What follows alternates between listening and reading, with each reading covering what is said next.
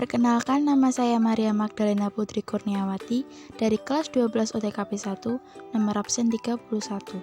Di sini saya akan menjelaskan materi mengenai perbedaan pencatatan metode dana tetap dengan metode dana tidak tetap. Disimak ya. Sistem dana tetap.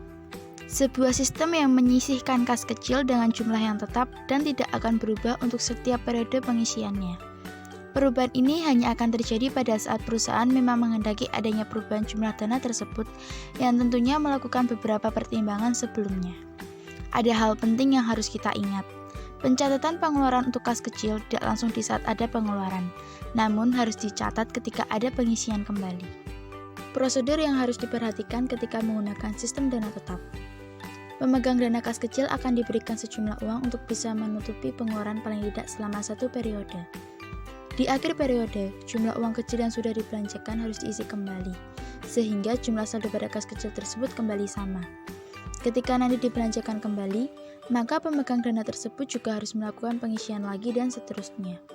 Tidak boleh ada penambahan saldo ketika memasuki pertengahan periode. Kelebihan menggunakan sistem dana tetap. 1. Mudah untuk mengetahui berapa jumlah pengeluaran untuk per akun pada setiap periode, sehingga bisa digunakan sebagai alat kontrol di dalam penggunaan dana.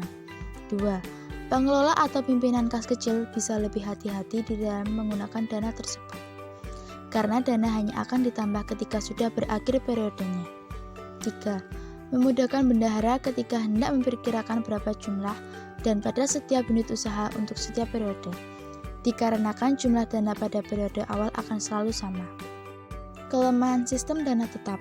1. Saldo kecil cenderung susah diketahui, karena saldo baru hanya bisa dilihat ketika sudah proses pengisian. 2.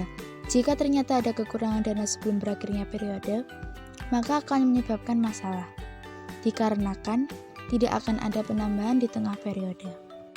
Sistem dana fluktuasi atau tidak tetap. Sebuah sistem yang menetapkan nilai kas kecil dengan berdasarkan kebutuhan operasional. Maksudnya, saldo kas kecil tidak bersifat tetap melainkan fluktuatif sesuai jumlah transaksi pada kas kecil. Jumlah saldo akan terus berubah-ubah di setiap periode dengan menyesuaikan kebutuhan operasional. Kelebihan sistem dana fluktuasi. 1. Pengeluaran akan langsung dicatat sehingga saldonya bisa langsung diketahui kapan saja. 2. Jika di tengah periode tiba-tiba terjadi kekurangan dana, maka dana bisa langsung segera ditambahkan tanpa menunggu akhir periode.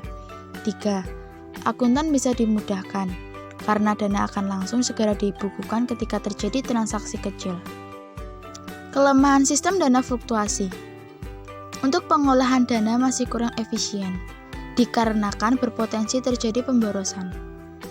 Dengan dana yang bisa langsung ditambah, bisa membuat kasir kas kurang hati-hati dalam pengolahan dana. Perbedaan dana tetap dan dana fluktuasi. 1. Penentuan dana di awal periode. Untuk penentuan dana pada setiap dana akan selalu sama pada setiap periodenya. Tidak akan ada perubahan kecuali perusahaan memang menghendaki demikian. Sementara untuk dana fluktuasi, jumlah saldo bisa langsung diubah-ubah sesuai dengan kebutuhan. 2. Pembelanjaan. Ketika berlangsung atau selesai transaksi pengeluaran, untuk dana tetap tidak akan dicatat atau dibukukan, sampai nanti memasuki awal periode ketika dana diisi kembali.